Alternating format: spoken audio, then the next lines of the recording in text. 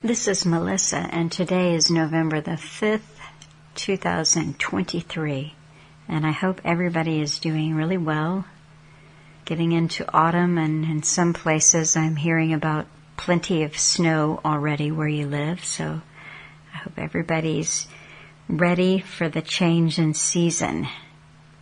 I am going to put up today a talk that Alan did June 23, 2019, and by peace, enormity of conformity aimed at majority, modus psychological, cunningly diabolical. I think that I'm going to trim this a little bit. I want to use a portion of it in a culture creation project that I'm working on. I think it would be good for that. And there's a little bit of the news that I want to cut out of it. The overarching thread of the talk is war and the long-term planning of war, but also, and possibly most importantly, how we are changed and how we adapt over time so that we go along with these wars. We're entertained, we're kept under crises, and we just don't pay attention to what's going on in other parts of the world. And there are some updates here from this Israel-Hamas war, and I'll just give a few of them. Where we are right now is that more than 1.4 million people have been displaced in Gaza. Officials are saying that there are about 9,500 who have been killed. Now, that is in Gaza. Israel says 1,400 people were killed in the Hamas attack, and 241 are still held hostage. So those are some official updates. One of the things that Alan mused about in this talk was something that he has mused about a few times, which is, where are all the protesters, the anti-war protesters? People seem to protest where they're pointed, so it might be climate or wherever, whatever. But this just human rights, looking out for other people, not wanting them to be bombed off the face of the earth, that too is organized, and people simply don't show up unless they're told to.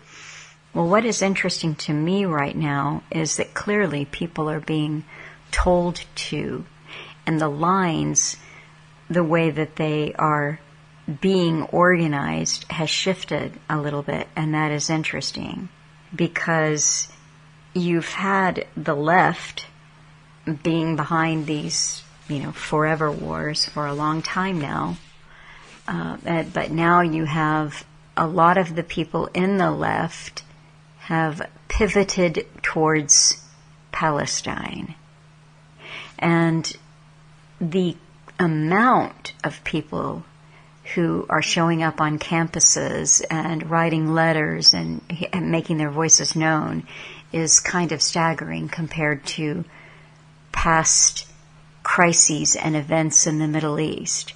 But what it tells me is just the level of organization behind it, that it's time to show up, it's time for this to happen. There is a lot of fallout, but again, we don't really know the why that this fallout is happening. And by fallout, I mean people being fired. LinkedIn issues a warning to a site that was shaming pro-Palestinian sentiment. But as far as I know, they haven't removed that site. The site listed thousands of people and grouped them by their workplaces. And so they were basically doxing people who had pro-Palestinian sentiment. And there were thousands and thousands of people and sites who were being doxed in that way, having their private information posted. And here is something from Politico. It said it feels like the new McCarthyism, how the Israel-Hamas war is redefining the limits of free speech. War between Israel and Hamas has sparked extensive, mostly online activism about the conflict and led to a rash of firings or other workplace discipline from employers concerned about their employees' views of the conflict. Art Forum's top editor, David Velasco, was fired by his publisher after posting an open letter on the site calling for a ceasefire and suggesting Israel is responsible for the beginning of a genocide. Michael Eisen was removed as the editor-in-chief of the science journal eLife after retweeting a satirical article critical of Israel. And Maha Dakil, a top executive at the Hollywood talent firm Creative Artists Agency, stepped back from leadership roles after reposting an Instagram story that implied Israel was committing genocide. That's in addition to multiple law students who had job offers revoked after publicly criticizing Israeli actions. The statements range from expressions of sympathy for Palestinians to strident anti-Israel criticisms that seem to minimize Israeli loss of life.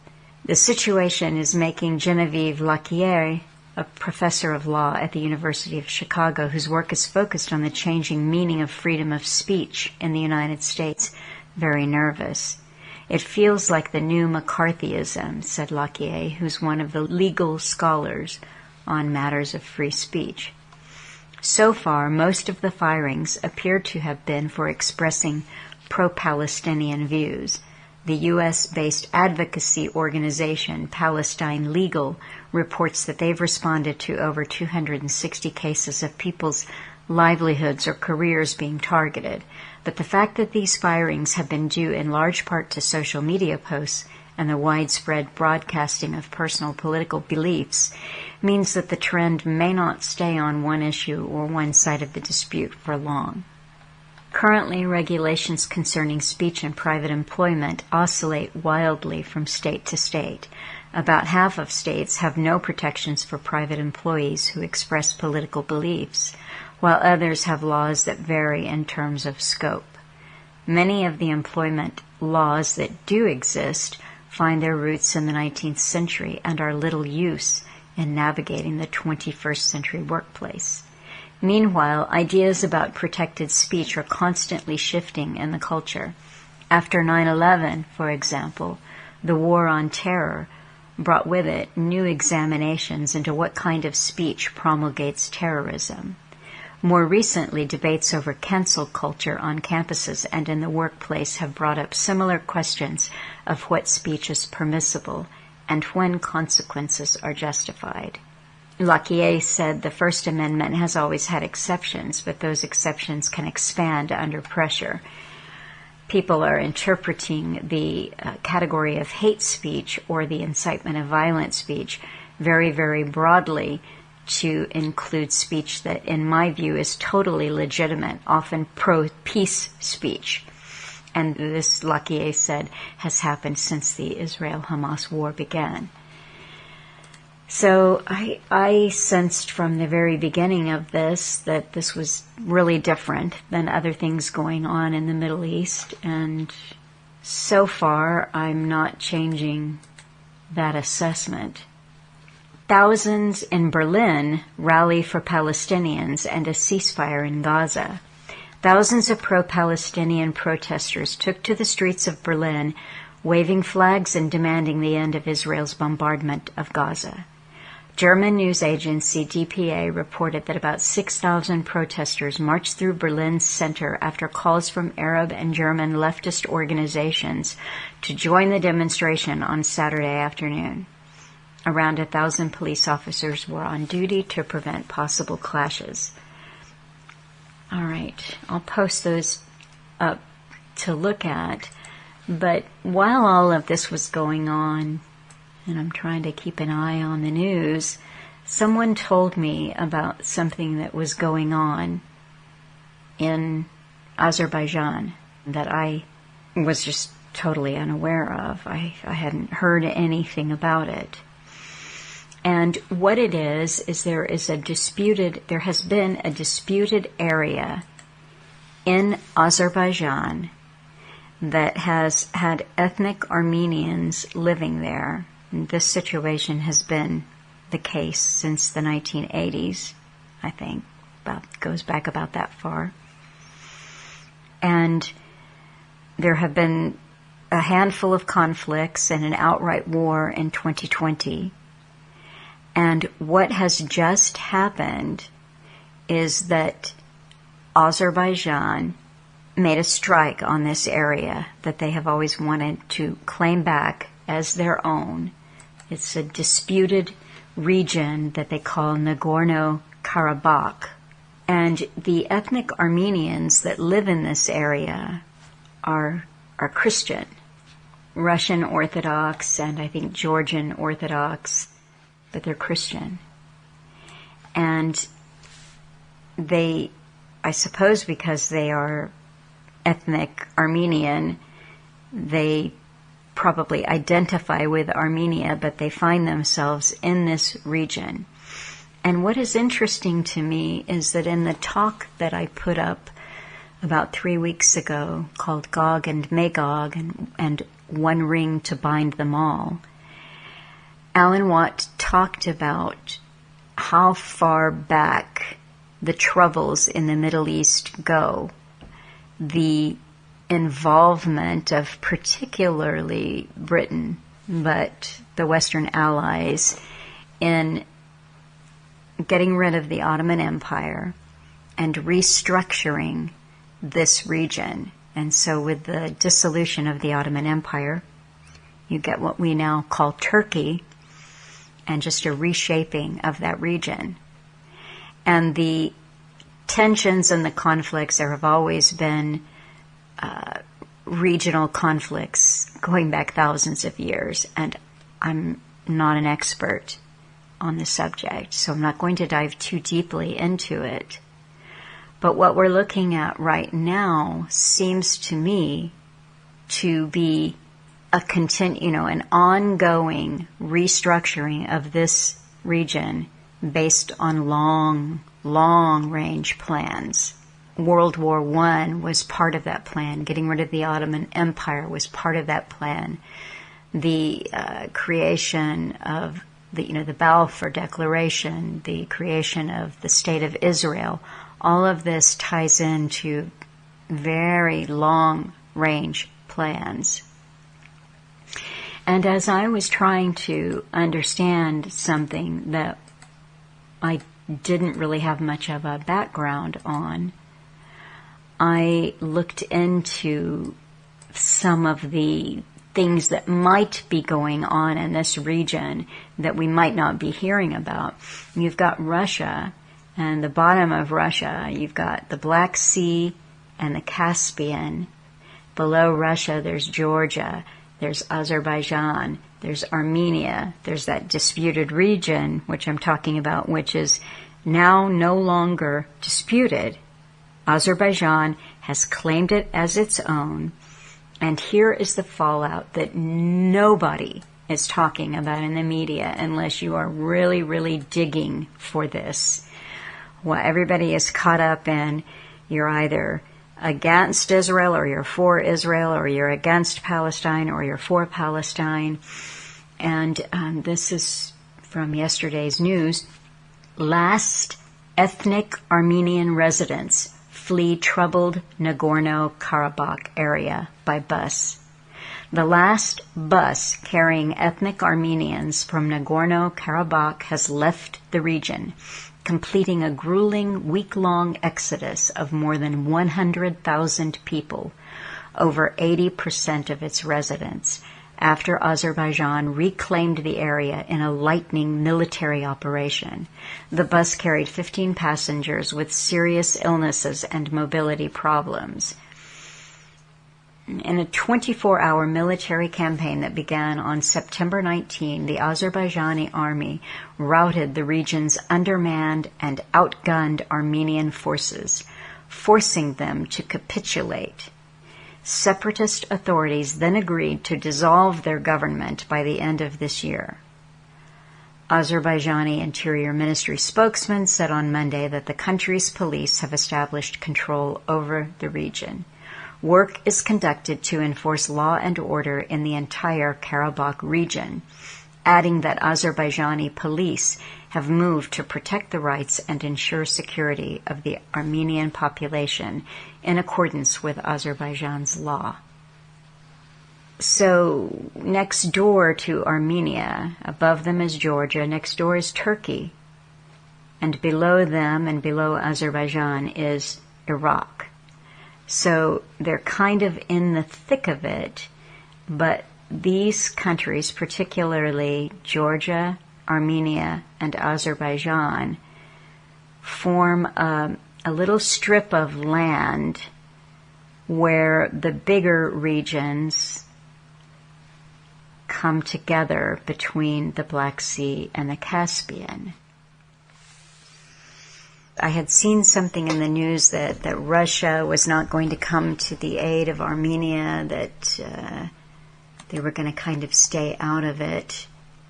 And I found a few different things that helped me understand this.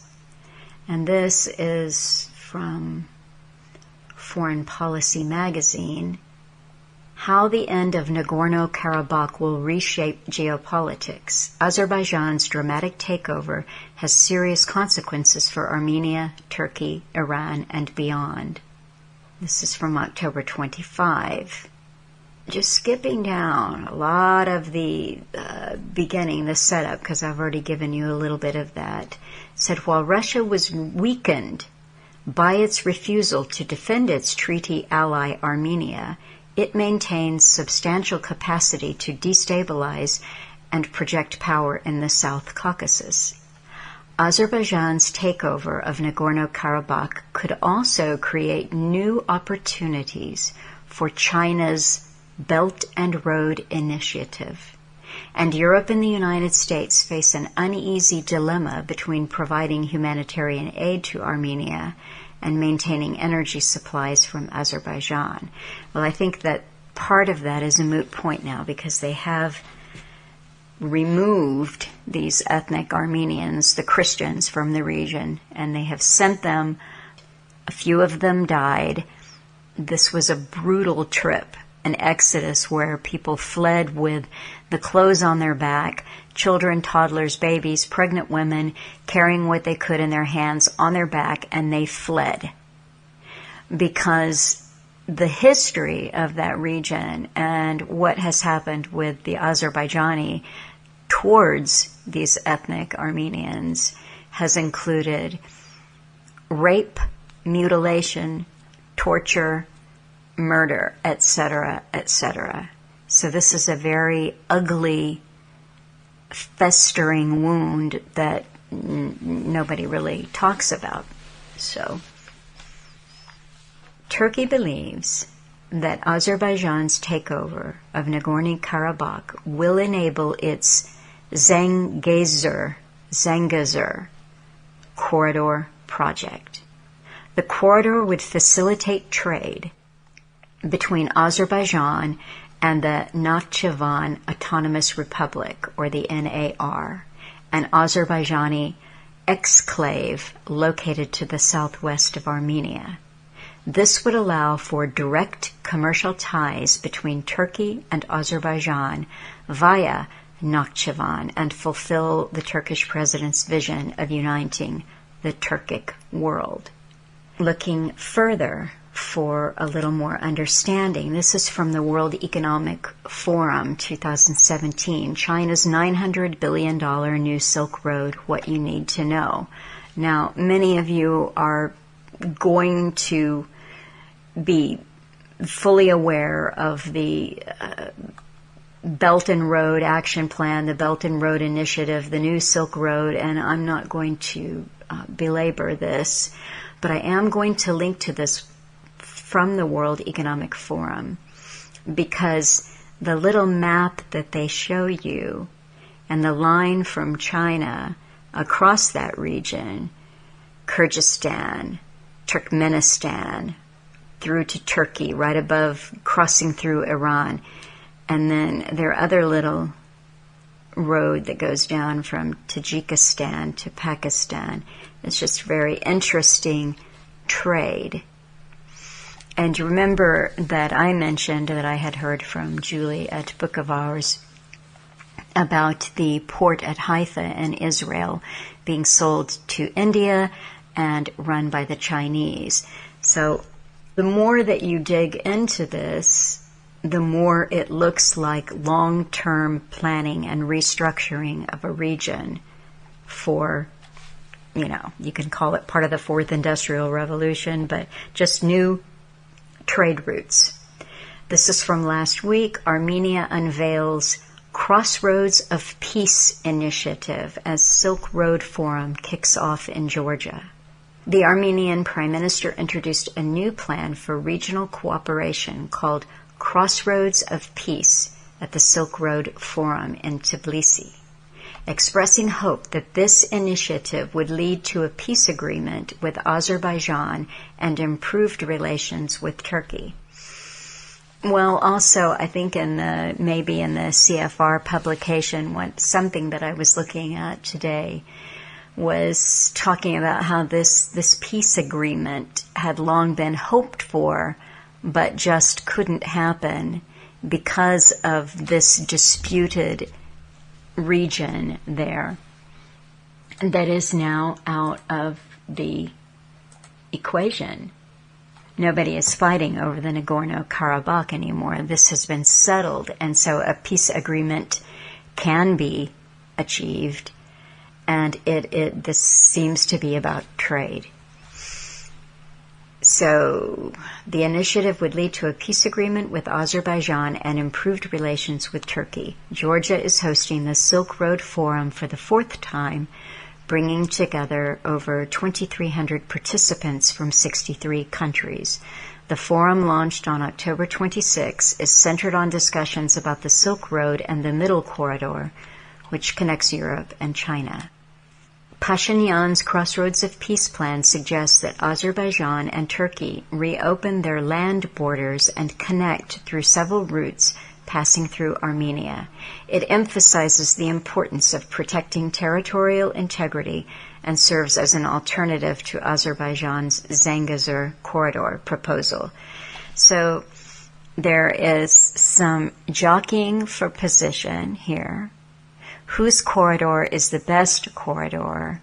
But these regional corridors lead to the overall China's Belt and Road Action Plan, or Belt and Road Initiative.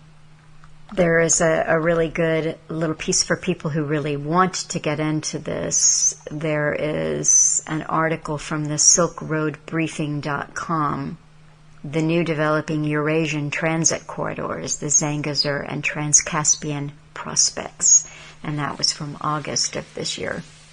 I also wanted to mention that for people who really like to dive in and understand the region, Brandon Turbeville is writing with some regularity, and he has, I posted this, but I did not mention it, but this is from October 24, Protests in Sueda Reminiscent of 2011. Who is behind them? 12 years after the initiation of the Western-backed destabilization in Syria, it appears the Western intelligence and military apparatus is once again attempting to stir up a, quote, popular, end quote, revolution against the government of Bashar al-Assad. This time, however, not only do they continue to use their proxy fighters in the form of terrorists and Kurdish fanatics, they are also attempting to use the domestic population to further fracture Syrian society. Now, this is a good article. I will link to it again, and I also want to bring your attention to something that Brandon Turbeville published on the 3rd of November. Seymour Hersh releases leaked Pentagon DIA document, one more nail in the coffin of Western government official story of Syria chemical weapons claim. With absolutely no fanfare in either the alternative or mainstream media, veteran journalist Seymour Hersh has released a leaked Pentagon DIA assessment of the chemical warfare capability of Jabhat al-Nusra Front, also known as Al-Qaeda, a fact that Western governments and Western media simply would not admit during their chemical weapons propaganda volley against the Syrian government. The document is from June 20, 2013. The documents were released in Hersh's article entitled "When the Intelligence is Inconvenient." So I'm going to link to that article from Brandon Turbeville, and within that you'll find the link to Seymour Hersh's article, as I say, for people who really want to dig in and understand